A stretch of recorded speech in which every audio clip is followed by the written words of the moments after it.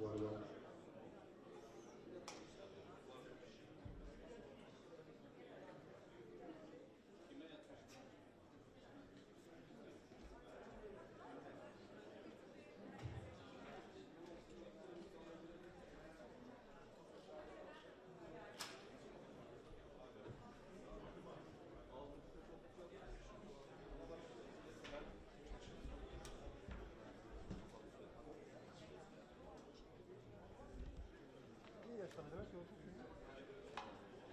Ne yaptı ki?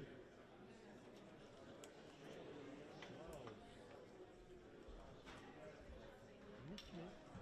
Line.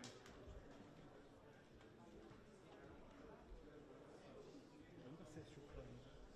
Daha çıktı yukarı. Evet. Line al. Nick'te var. Patlamıyor. Ama kısınca mı?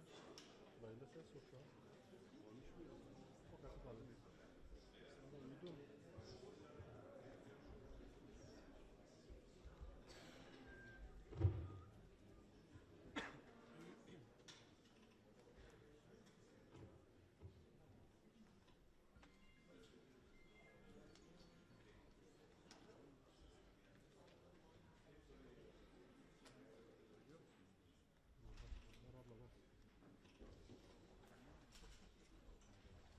Alo. Kolay gelsin. Dışı seçim görenleriyle ilgili bir şey olacak galiba. Anlatabiliyor muyum? Hatta müsait mi? Good afternoon, ladies and gentlemen, and welcome to this press conference of the International Observation Mission to the General Elections in Turkey. You're very welcome today, those of you who have come in person, as well as those who are joining us online Oluyor şu an. in such numbers. Up here on the podium, we have the heads of delegation from the OSCE Parliamentary Assembly, from the Parliamentary Assembly of the Council of Europe, and from the OSCE Office for Democratic Institutions and Human Rights. We'll begin with some brief statements from the podium, and there should be plenty of time for your questions. I first give the floor to Michael Georg-Link, who is Special Coordinator and Leader of the Short-Term OSCE Observer Mission. The floor is yours. Thank you very much, dear Katja. Ladies and gentlemen, welcome. Thank you very much for joining our press conference. We do it together here, and we will have a couple of remarks, as Katja said, by all of us. And let me begin by thanking you for all this press conference, not only joining it, but also following the whole development, and of course, following these two important elections which we witnessed yesterday.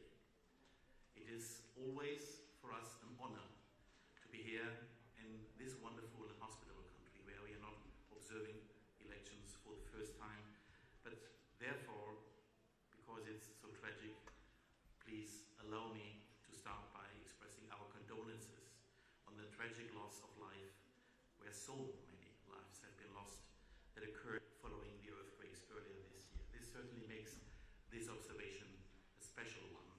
We are here in full conscience of the losses the Turkish people have suffered, and that this is not an easy situation. All of us observers were so impressed by the overwhelming turnout in these elections. In this centenary year of the Turkish Republic, the Turkish people have clearly demonstrated their commitment and their willingness to having the decisive say in the future of this country. Now let me come to the conclusions, to the main conclusions which we will share with you today. More complete statement, as you know, will be available and published immediately after our statements. And therefore, let me summarize from my view the most important points. In the general elections held in the wake of the devastating earthquakes, voters had a choice between genuine political alternatives, and voter participation was high.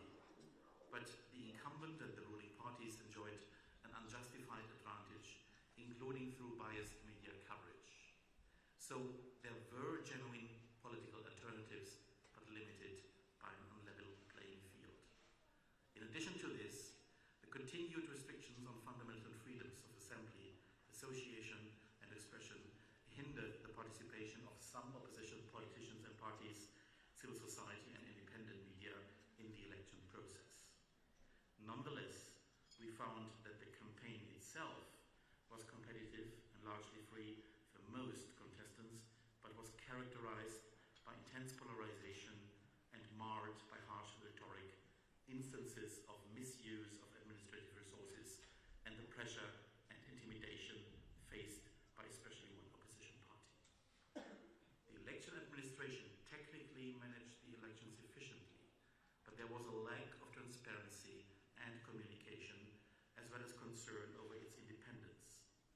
Measures designed to facilitate registration and voting for earthquake-affected citizens were limited, placing an additional burden on these voters to exercise their voting rights. Election day was generally well organized and assessed positively by our observers. However, instances of deficient implementation of certain procedures, particularly during voting and counting, were noted. That's the overall picture, but I want to particularly highlight a few background topics that brought us to these conclusions. It's important that, and important background information, that in practice, freedom of assembly, association, and expression are restricted by legislation, and that the independence of the judiciary remains a concern.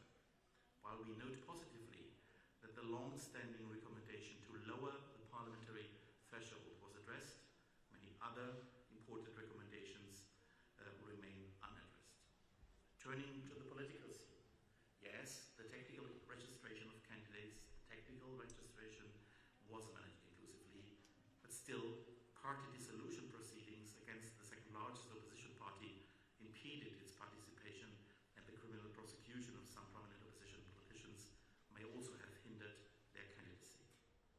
Such sort of politically motivated interference in the electoral process is not with international commitments made by Turkey, for example, in the OSCE or under the European Convention of Human Rights.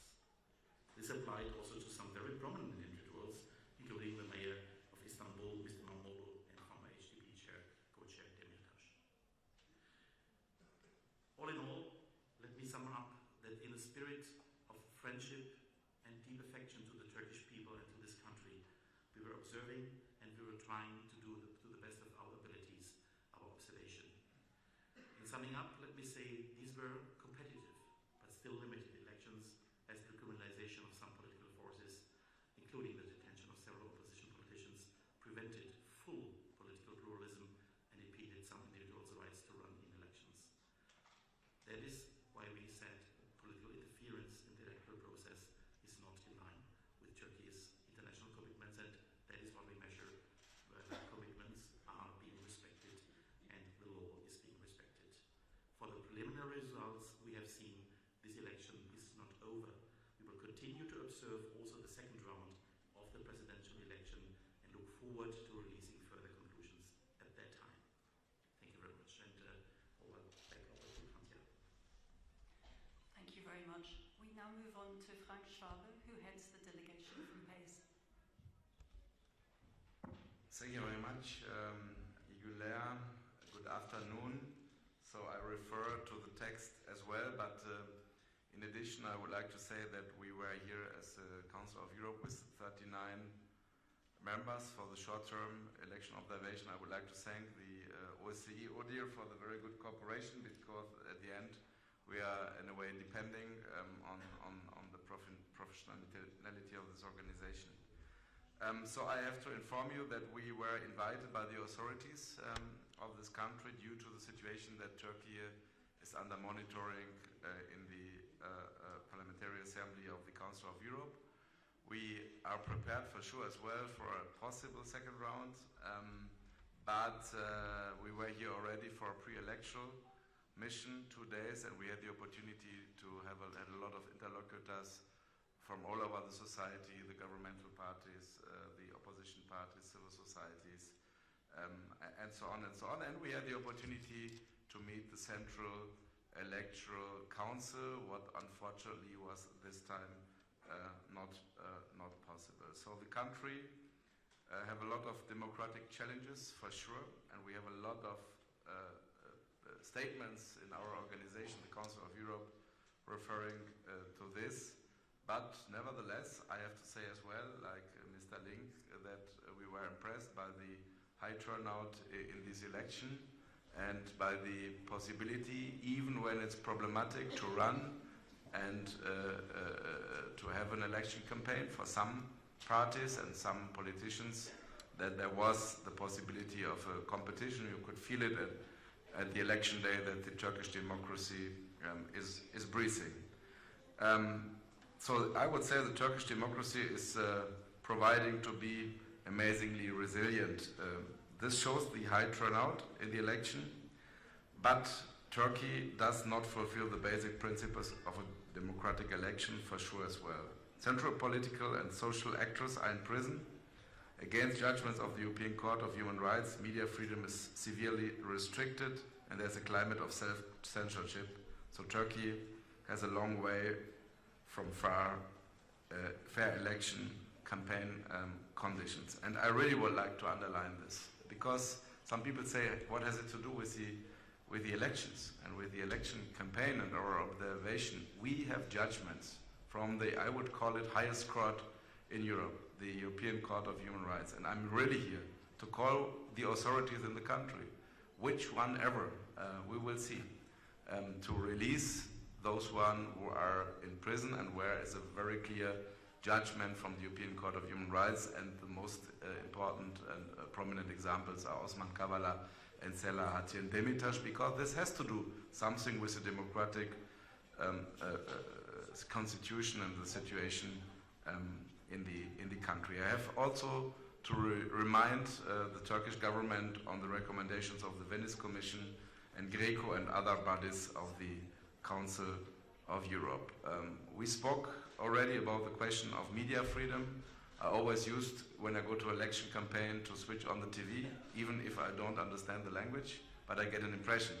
And when I switch on TRT Harbor, maybe you are here, I have really an impression that the current president was very much seen in TV, and we had a lot of talks together with Ertürk, the Radio and Television High Council, in the pre-electoral mission, now in the mission, and till today I don't really understand the rules very much, and for sure it brings a kind of situation of self-censorship into the country, and this has to concern out. Again, there was a really high turnout and a generally free access for voters to go to the polling stations yesterday, although there were some situations. I faced one myself, what was not very easy because people were very nervous. This was my assessment, but anyhow it was possible to vote. We have restrictions for sure, very much for the HDP and for some politicians. We have to mention it, and we mention it in several reports of the Council of Europe.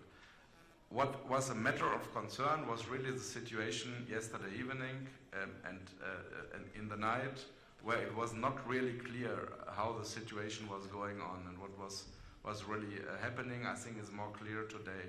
And really this, I have to ask the Supreme Electoral Council, who have a very special mandate in this country, to be as much as transparent as possible, because I think with much more transparency it would be able to prevent such a situation. Again, thank you very much. Thank you very much for having us here in this situation. We try to do our job, our mandate, impartial as possible, and thank you very much for the good cooperation here. Many thanks. We now move on to Farah Karimi, who heads the delegation from the OSCE PA. Thank you, Katya, and thank you all for joining us, especially after a long election day and night. So I want to express my deep appreciation to my colleagues, Special Coordinator Michael Link, Head of PACE Delegation Frank Schwabe, and and also Ambassador Jan Peterson for their excellent cooperation throughout our election observation mission. My name is Farah Karimi, and I am a senator in the Dutch Senate and a member of the OSCE Parliamentary Assembly. It was an honor for me to head a team of 98 OSCE Parliamentary Assembly observers from 26 different countries who came together to observe the elections in your beautiful country. I want to highlight that our teams were warmly welcomed across the country, not just in Ankara, but also in regions like Istanbul, Izmir, Van, and Diyarbakir. And personally, I had the privilege of observing the process in Cankaya and Elmadag. And I extend my sincere gratitude to everyone for their warm hospitality. Unfortunately, I must address the regrettable decision by the Turkish government to deny accreditations to 2 parliamentarians from Sweden and Denmark. While we respect a country's right to control access to polling stations, it is important that the invitation to our assembly to observe elections does not influence the composition of the observation missions. This decision, based on the parliamentarians' public opinion, is particularly disheartening.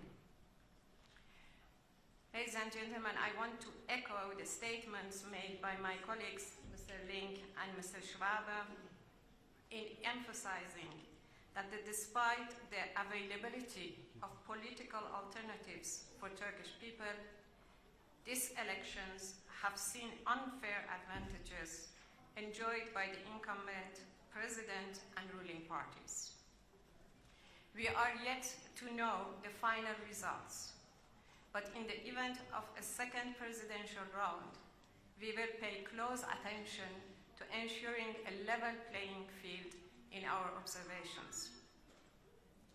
Throughout our mission, we closely monitored every step of the election day process, from the opening of polling stations to the voting and counting.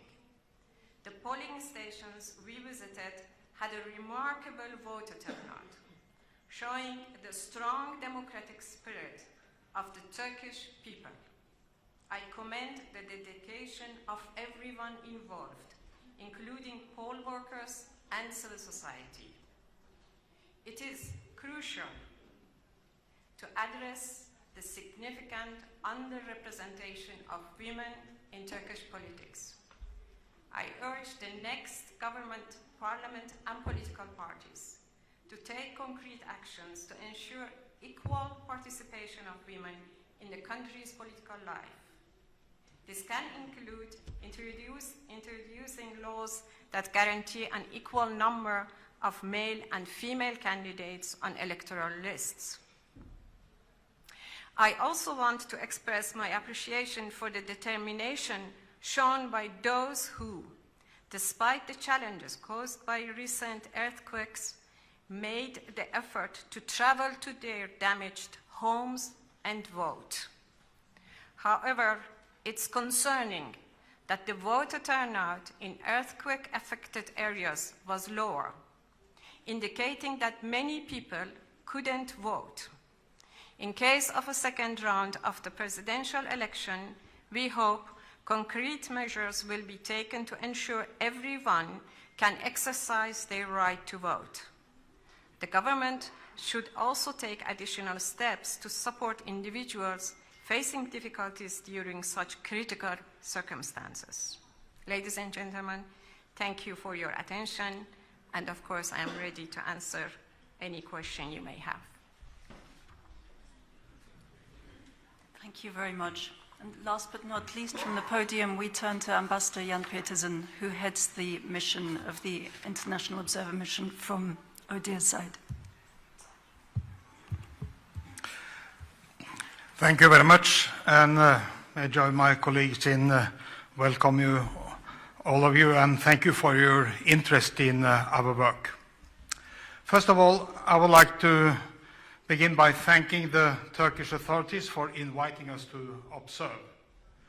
And I'd also like to thank our partners in the International Election Observation Mission from the OSCE Parliamentary Assembly as well as the Parliamentary Assembly of the Council of Europe for their excellent cooperation, and especially our coordinator, Mr. Ling. Before I go into our findings in more detail, I'd like to emphasize the fact that I and a team of election experts have been in Turkey since late March, with 28 long-term observers arriving just a week later to observe around the country. In this period of 6 weeks, we have therefore had the opportunity to observe the run-up to the elections closely and to hold numerous meetings with officials as well as representatives of the election authorities, political parties, civil society and the media. Further, 213 short-term observers joined us last week, enabling us to make a comprehensive statistical assessment of the voting process on the election day. Allow me then to go into a few key points in more detail. First of all, I would like to congratulate the people of Turkey for their democratic spirit, which was illustrated by the high turnout on election day. Voters had a choice to make between genuine political alternatives, and the campaign period was mostly peaceful, with most candidates campaigning freely. At the same time, the election administration, led by the Supreme Election Council, worked efficiently and mostly within the set legal deadlines. This was no small feat, given the challenges of the devastating earthquakes that shook this country just a few months ago.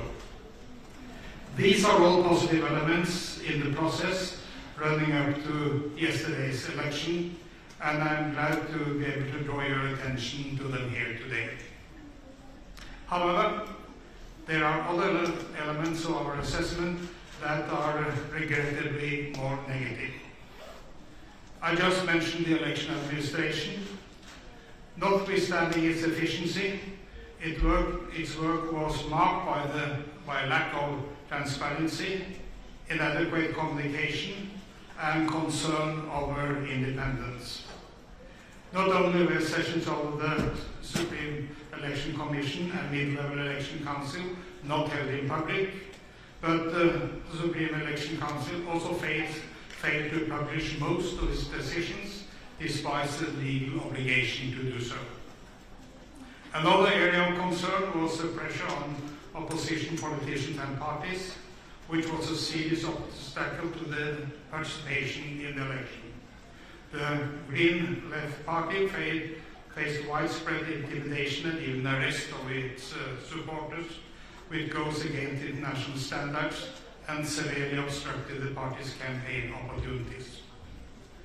Long-standing concern about the respect for fundamental freedoms of the assembly, association and expression, which are all key to democracy, were not dealt with during the election period.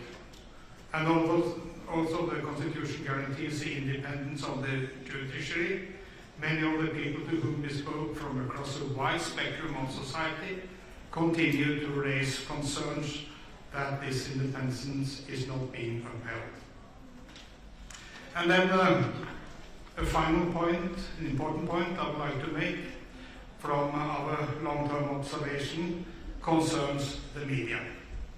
The ODIHR mission monitored the media coverage of the campaign. In our assessment, the freedom of expression and the media, also protected by the Constitution, is limited by a number of laws.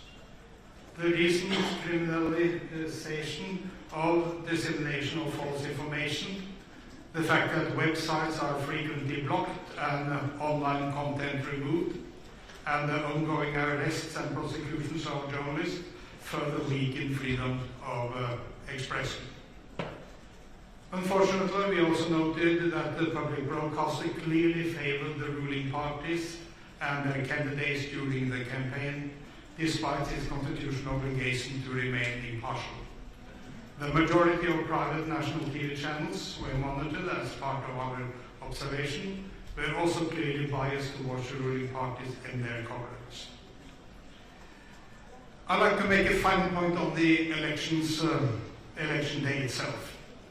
Voting day was mostly peaceful, Also, there were a number of incidents in and around polling stations. All those processes were generally well organized. Observers reported that safeguards such as the sealing of ballot boxes and verifying voter ID were not always implemented. In addition, in some polling stations, the layout did not fully guarantee the secrecy of the vote, and family and group voting were frequent. Unfortunately, over half of the polling stations were not fully accessible for persons with disabilities. These are some of the key points from our observations, which I now have mentioned, that began already in March. However, there are many more points in our report with the initial findings of the International Observer Mission. And I would recommend that you take a copy together with the press release on your way out.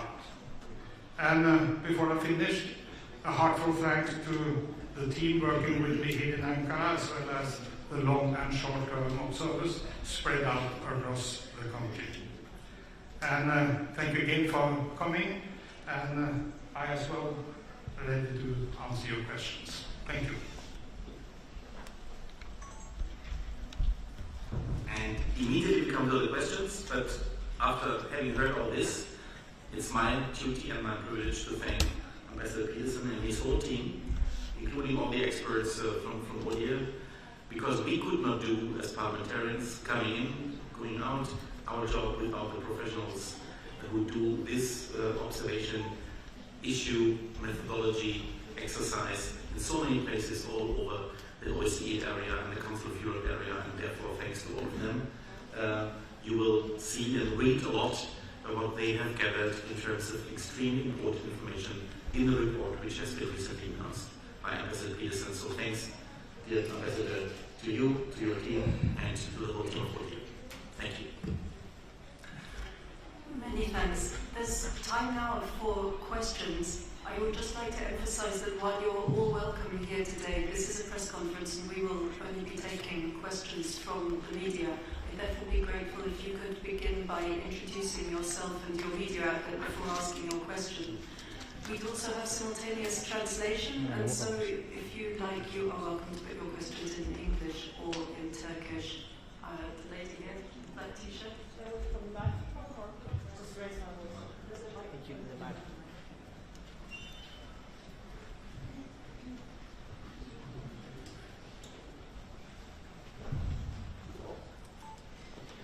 Thanks for having us. My name is Katharina Lehner. I'm the correspondent from German television, ARD.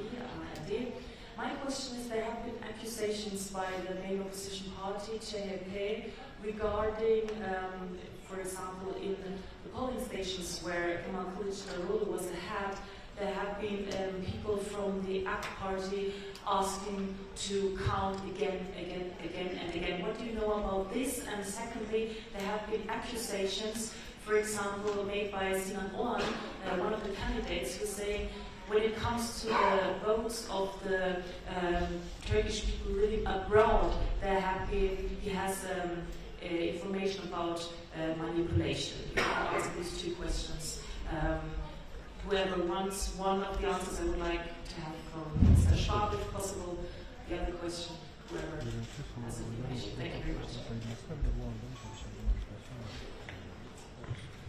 Yes, thank you very much. Yes, you speak about the vote abroad, although it's not easy for us because we are not really, it's not easy to monitor it, and we have to discuss maybe for the future such rules. But the question of this is what I mentioned already, that there was a room for rumors, suspicions, unverification yesterday late evening and in the night, and it has to do and had to do with the question that it was not really transparent what was going on, and I really would welcome in such a situation that the Supreme Electoral Board could clarify how they publish outcomes and how they inform and how they inform about the rules as well. So we hear about such reports.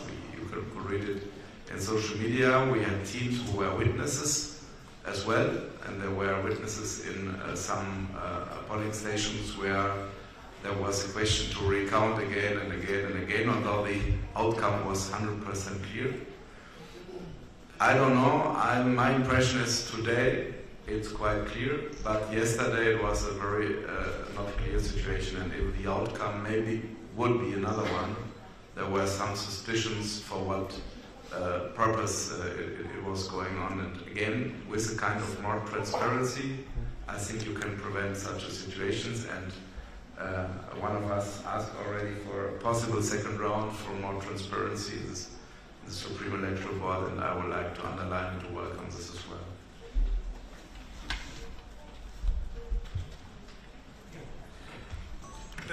If I just could answer anyway as by way of starting. We have, of course, observers in many of the polling stations, and even if we can give, even if there are different kind of reports back, the important thing is what is a general impression of what has happened. And our general impression is that the voting process was generally well organized and assessed positively. During the vote count, there were procedural errors observed, but I will not go into specific issues. I think that just give you these more general observations, because that is what is the key to it. Yeah.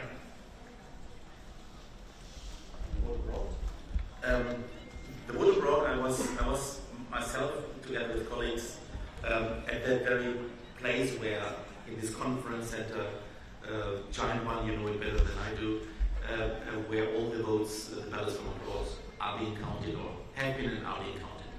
I was there for several hours. I was watching intensively, and I have to say, also knowing how this question has been handled in the past, sometimes with sometimes no possibility at all to watch the process, neither for the observers, for international ones, nor for political party observers. I clearly have to say that this was a step forward. The allegations, I heard them, but we also heard, and we intensively talked to political party representatives from all parties about their assessment of this process, and overall they have signaled to us that they don't see there a large issue of manipulation. That was the very clear information we had, and they had the possibility also to accompany these ballot boxes when they are coming from abroad. So I see there in this part, I see a clear progress in the right direction. Nevertheless, this is a process that still can be improved, but I don't see a lot of room for manipulation there. And honestly, the process of counting there, I saw hundreds of party representatives of different parties, including, of course, CHP and Green Left Party in that center there. So I think that is a step forward. But let's see. This is certainly something which we will also address in the further findings. As you know, there were always also final reports after the whole appeals process in an election, and that is something which is certainly never clearly ended in a super perfect way. But again, we see no areas of manipulation in that counting process. Thank you. Thank you very much. The gentleman at the back.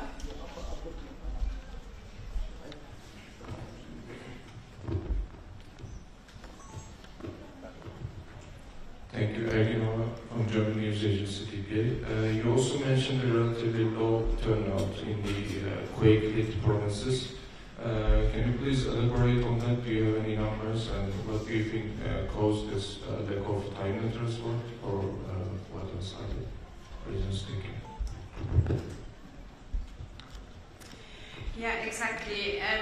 Actually, we have some numbers, which are, of course, official numbers provided by the authorities, and it shows a few points less actually presence of or turnout by voters in the earthquake-affected areas.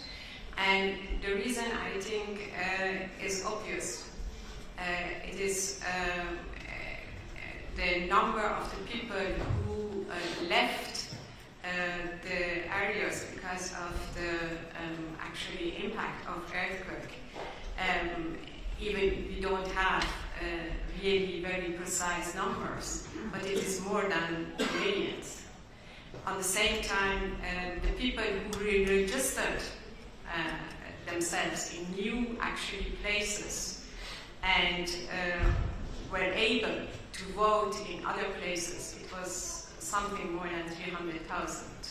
So the remaining people, if they wanted to vote, then they had to go back to their cities and villages. And that's obviously a very huge undertaking for people. And many did that. And that's really very important to emphasize that, because that means how important it is for Turkish people to vote. But unfortunately, many didn't, because it required really a lot of investment. And that's actually the point that we make, and we say there was no legal actually obstacle for them to vote. However, the practicalities were really very huge and required additional investments and time and also emotional burden for them to go back and to vote. And we hope sincerely that if there is a second round of the president election, that there will be better measures to accommodate people so that they can exercise their right to vote. Could I just take this opportunity to advertise our report, because we have presented you with a 20-page report, and the report contains quite a lot of facts and figures. So if you may have some of the answers in the report. So please also read it after the press conference. It might be useful.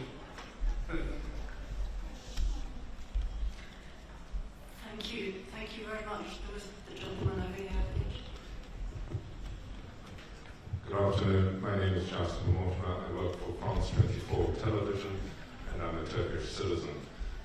In past elections, I haven't seen it in this one. We see very quickly postings on social media of election officials stamping ballot after ballot for the ruling party.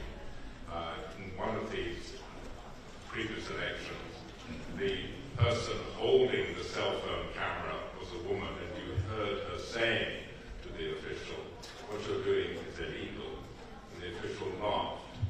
Now, this was never followed up. The Supreme Electoral Council appears not to see any obligation to pursue irregularities. It sort of leaves that job to the police, and whether the police do it or not is a matter of the conscientiousness of the local police commander. Anyway, what I'm asking is, do you think the Supreme Electoral Council should have a unit where it does investigate and pursue or engage the police to get them to pursue clear irregularities? Secondly, Ambassador Peterson said that he would have liked to have seen greater transparency by the Supreme Electoral Council. Ambassador, were you implying that when the Supreme Electoral Council holds meetings, that members of the press or public should be present? What do you mean by greater transparency on the part of the Council? Thank you.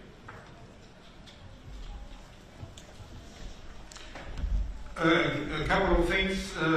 First of all, that all the decisions are published as obliged to. Then that the decisions are, the reason for the decisions are given. And actually, I don't think it is a bad idea to have open meetings either. And I think it will create a lot of trust if you are open with everything. So that is why I put such an emphasis on the issue of transparency. I think everyone would gain from that. You also asked about the previous elections. Well, I was not observing the last election, so I cannot comment on issues like that. And when it comes to what we think should be done for the future, I think that there are pretty early days to say so. Just to inform you, we have a two-stage approach. First of all, we have these preliminary findings, which actually comes just hours after we have seen that the voting has ended and that we have started to count the votes. And actually, we don't have the officials yet, but still we have a report out. But then after after the report, this preliminary report has been out, we have a 2 to 3 months period where we really do go more deeply into the issues and come up with recommendations. So in our next report, the final report, you will also have a lot of recommendations on how to improve the process.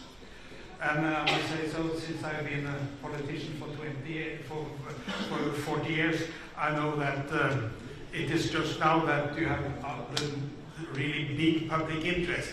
So perhaps I could advertise our next report in 2-3 months' time. You will find a lot of interesting stuff in there, I can assure you. If I may add, actually on the issue of whether the Supreme Election Commission should be the body who actually investigates all possible irregularities, I think this is something that it has to be clarified which part is related to irregularities actually in relation to the election law and the part that they have the authority on that, and which part is a kind of criminal activity, which is of course a normal police work, I would say. But in any case, the important thing is that the follow-up happens and really enough investigations happen. And of course, you can understand that we don't comment on specific video or specific points in social media.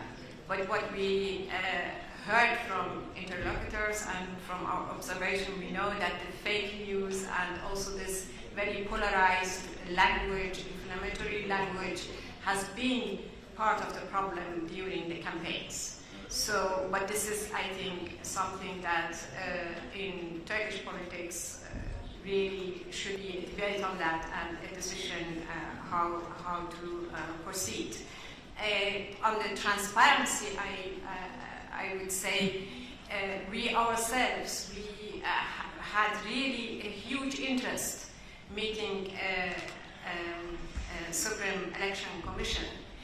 We invited also them to actually come and visit us and have a conversation with us and explain us the process, because they are the highest body, execution body, but also judiciary, with judiciary authorities actually in the election process. So a very, very, very important body in this country. Unfortunately, they didn't make themselves available to meet us. Let me be a very neutral in the way that I say.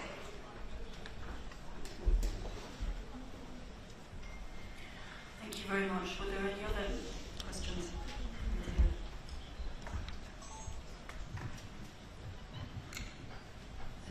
you so much. My name is Burçin Yavcek. I'm working for AFP News Agency. I would have two questions. I couldn't really understand your answer to my colleague's question on recounting. Do you see the recounting, because the opposition considered the recounting again and again as a way of blocking, as a way of delaying the results? I couldn't really understand if you were considering this as not really having an impact or not. And my second question, Mr. Schwabe said, if I noted well, Turkey has a long way from fair election campaign conditions. Is this also what you would say on overall the election process? Because you said some negative points and positive points, but you didn't say anything on overall the election process. Thank you.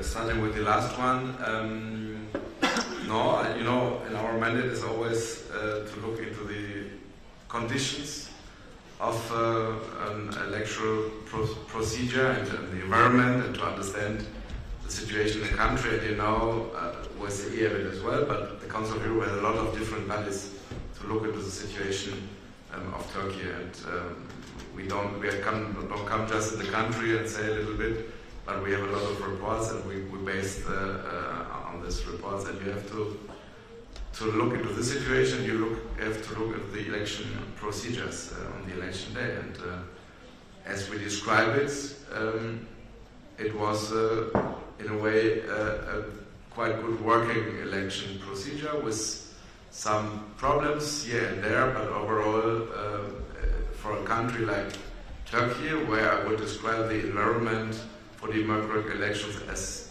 difficult and challenging, it's interesting that it's possible to hold on such an election with such a high turnout, and really with possibility to change something and to vote on something on election day is very interesting. But the democratic environment, for sure, is difficult, and we spoke about it. I don't want to say everything again, and there are some preconditions for democratic elections, and we don't see them really enough in this country. This is what I said about this, or what I mean about this.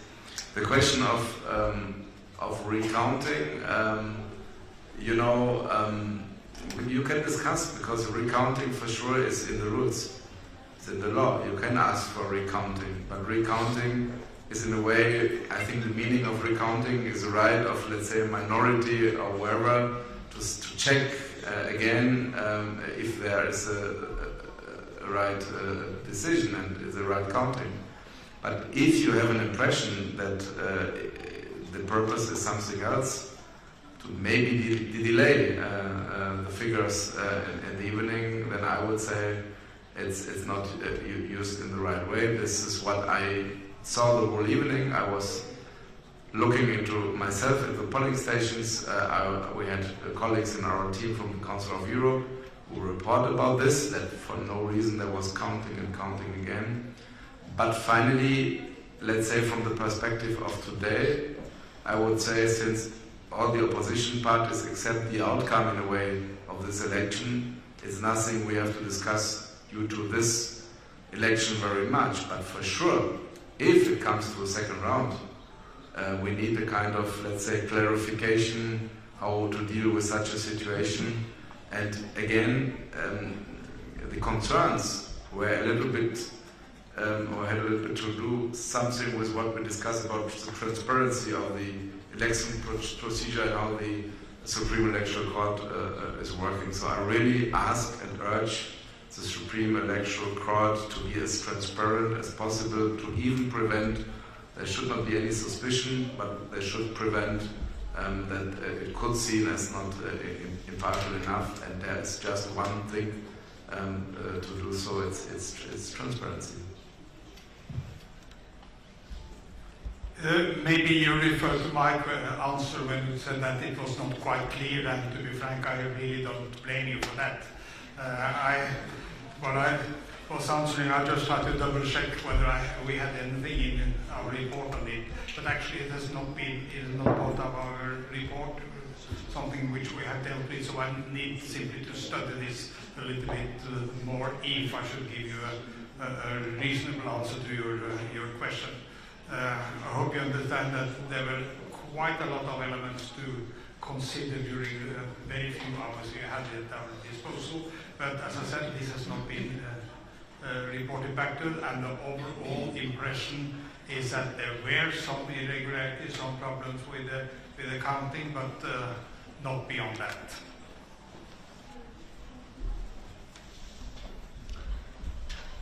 Thank you very much. There seem to be 3 questions in one row. If you could take from the back and then move forward. Merhabalar, Uludağ Medya Grubu Ankara temsilcisi Şevket Erkin. 2 bölümden oluşan bir sorun olacak. Öncelikle şunu sormak istiyorum.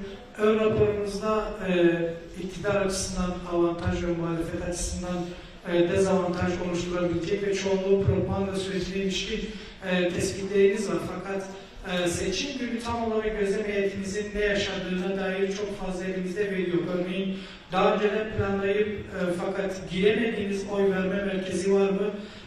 Oy verme sürecini ve sonuçları etkileyebilecek düzeyde bir ihlal tespitiniz var mı? Somut olarak bizimle paylaşabileceğiniz. İkinci bölümde ise şunu sormak istiyorum.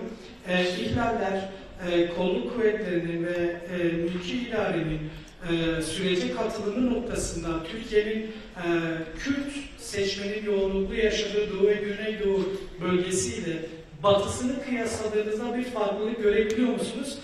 Aynı zamanda bu soru şu açıdan da sormak istiyorum. Sizin gözlem heyetleriniz Türkiye'nin batısında rahat çalışabildiği gibi örneğin Diyarbakır'da, Van'da, Hakkari'de ya da başka bir bölgede de aynı rahatlıkta, aynı rutin çalışma yürütebiliyor mu? Teşekkür ederim.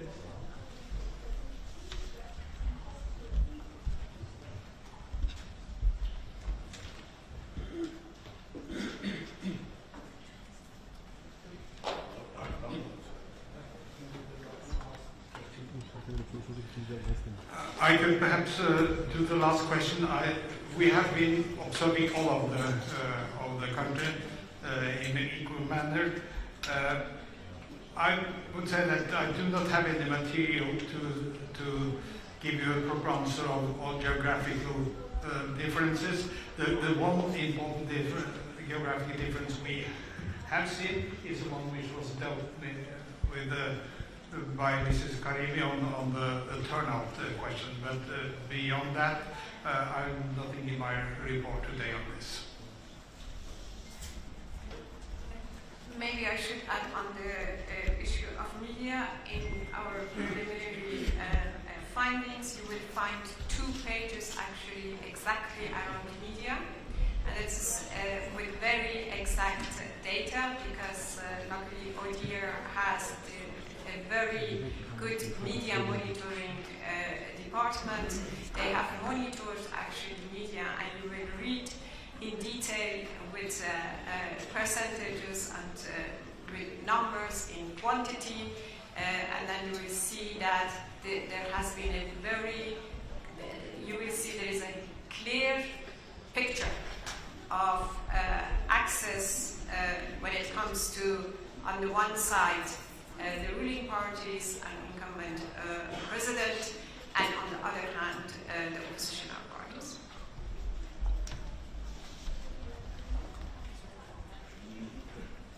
Thank you very much. The gentleman in the t-shirt.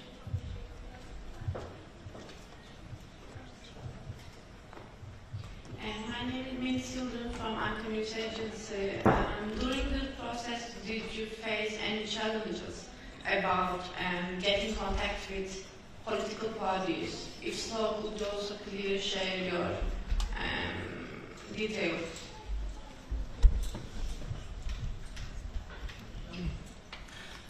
Well, perhaps I should start on this because we had, as I said, 6 weeks at our disposal. So we have been in touch with many interlocutors, parties, NGOs, government agencies, media. So we have covered quite a lot. Of course, we Sometimes it takes a little bit of time to schedule meetings, but when you are in the campaign, we understand that it takes time before we can have our meetings. So I would say that we have had quite a lot of meetings. I think we, when we got close to election day, we have a pretty good picture of what happened. So we are actually very grateful to all the parties for meeting with us. Some of the really high-level people, we understand that they spent the time campaigning instead of meeting us, but we were meeting with very, very informed aides. So I just record this as one of the positive elements of our 6 weeks up to now.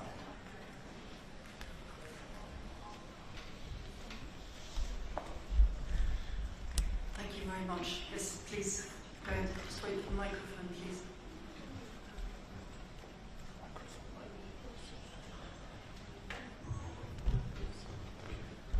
Thank you. Jürgen English, Hungary, Telex. Partly you already answered the question, but I still have something about the votes abroad, because not all the votes have been counted yet, therefore there is no final result. And if I understand, correct me if I'm wrong, technically it's still possible that thanks to those votes abroad, Erdogan can reach 50% margin, and in that case there is no second round. Are you prepared for that scenario, and do you have the possibility to observe the whole process until the final result announced? Will it be a credible result? Thank you. Ambassador, you can add please, but I will clearly say some minutes ago the SEC announced the second round officially with the intermediate results, and of course, but you can say that better, of course our team stays here, and of course the job is not done, it continues. Well, actually, just to echo what Mr. Lee said, that of course we are prepared to observe the second round as well. So, and of course this has been one of the main questions for a long time. So this is actually not a new development. We are flexible. Yeah, and I can add that it is indeed now announced the result, and also the second round presidential election is set for 28th of May, and OSCE Parliamentary Assembly is prepared to again observe the second round of the presidential elections. May I just add to say that for sure we are very important as international observation missions, but as you know, we can just be in some parts of the country, and it's very, very, not just to see how high the turnout was in this election, but to see how many young people were prepared to be observers into the country, just to care and to fight and to deal with the democracy in this country, from which party ever. We saw totally different representatives from parties, from the civil society, and finally they are the ones who make sure that the integrity of the election procedures are respected. Thank you very much indeed. I don't think there are any more questions from the floor, so I'll check to see whether there's anything that's coming over Zoom. See no questions from Zoom, so if there are no further questions, thank you very much indeed. I would echo the words of my colleagues. The report in both language versions as well as the press release are outside on the table. You can pick them up as you go out, and they are also available on ODIHR's website. Thank you very much for your interest. Çok